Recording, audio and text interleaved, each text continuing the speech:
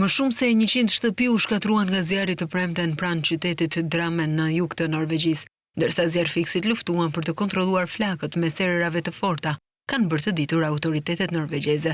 Tymizi i dendur mbuloi zonën e cila ndodhet rreth 50 kilometra në perëndim të Oslos. Megjithatë, nuk pati raportime për viktima ose persona të zhdukur nga flakët. Policia evakuoi qindra njerëz ndërsa zjarri vazhdoi të digjej dhe u përhap edhe në pyllin përreth. Më shumë se 60 zjarrfikës punuan për të shuar zjarrin, ndërsa helikopterët hodhën ujë mbi flakët. Kreu i Bashkisë së Drammenit i quajti imazhe të trishta, një zjarr kaq i madh në Drammen që prek kaq shumë banor të trondit. Është e rëndësishme të ndiqni këshillat e shërbimit zjarrfikës dhe policisë.